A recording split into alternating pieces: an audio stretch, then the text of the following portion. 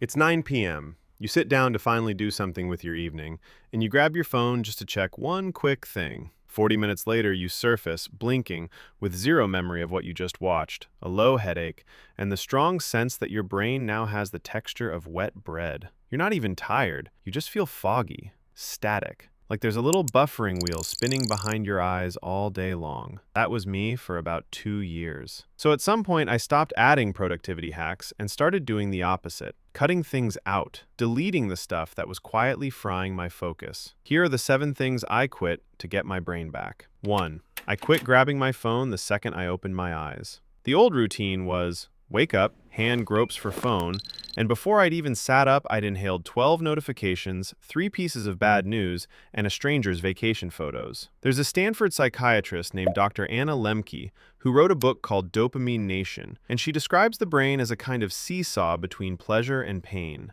Every hit of stimulation tips it toward pleasure, and then your brain tips it right back toward pain to balance out. Slam it with dopamine the instant you wake up, and you've started the day already in the hole, chasing the next hit by 9 a.m. Now the phone stays in another room until I've been up for a while. The first hour is boring on purpose. My focus came back almost immediately. 2. I quit leaving my notifications on. All of them, buzzing all day, each one a little tap on the shoulder. And here's the part nobody mentions. A researcher named Gloria Mark at UC Irvine found that it takes around 23 minutes to fully refocus after a single interruption. 23. So if your phone buzzes every 10 minutes, congratulations, you literally never reach deep focus at all.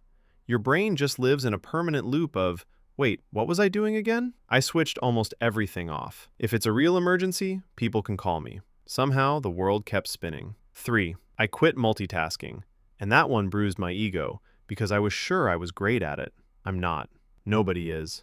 There's a concept called attention residue, studied by a researcher named Sophie Leroy, where a chunk of your brain stays stuck on the previous task even after you've moved on. So when you bounce between email, a video, and a text, you're not doing 3 things. You're doing all 3 badly while part of your mind is still standing in the last room. Now I do one thing at a time like a simple caveman. And weirdly, I finish faster. Quick one. If your brain's nodding along to any of this, subscribing just means more of it finds you. That's the whole ask. Back to it. 4. I quit doomscrolling the news. Staying informed is fine, that's not the issue. But refreshing the same 3 apps 14 times a day to absorb every fresh catastrophe on the planet isn't keeping you informed. It's just marinating your nervous system in stress for no reason. None of it needed my attention at 11 p.m., and none of it was going to get fixed by me lying in the dark feeling awful about it. Now I check once, then I close it. My background anxiety dropped like a stone. 5. I quit treating sleep like it was optional. I used to wear my whole "I only need 5 hours" thing like a medal. Turns out I wasn't some high performer. I was just tired and too proud to say so. There's a neuroscientist named Matthew Walker who wrote Why We Sleep, and the short version is that shorting yourself on sleep quietly trashes your memory, your focus, and your mood the very next day. Half of that brain fog you're carrying might just be a sleep debt you keep refusing to pay off. I started guarding my sleep like it was cash. Because, functionally, it is. 6. I quit running my brain on garbage. Energy drink for breakfast, vending machine lunch, then genuine confusion about why my head felt like TV static by 3 p.m. Your brain is an organ, and you've been feeding it neon liquid and beige crunchy things. I'm not telling you to become a health monk who eats raw almonds and judges people. I just stopped expecting a sharp mind while running it on sugar crashes. Swap some of it out for actual food and water, and the afternoon fog quietly lifted. 7.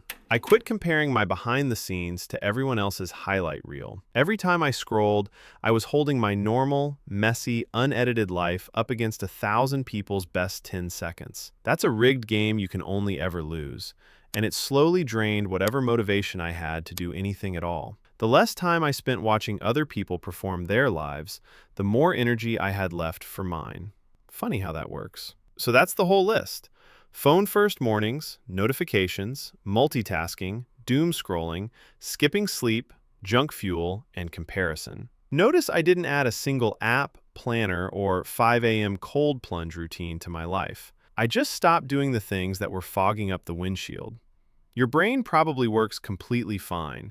It's just buried under a pile of stuff that's been quietly draining it.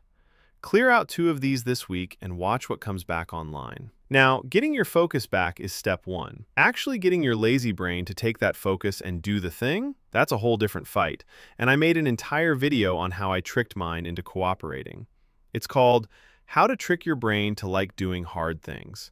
It's sitting right there on your screen. Go watch it before you talk yourself out of it.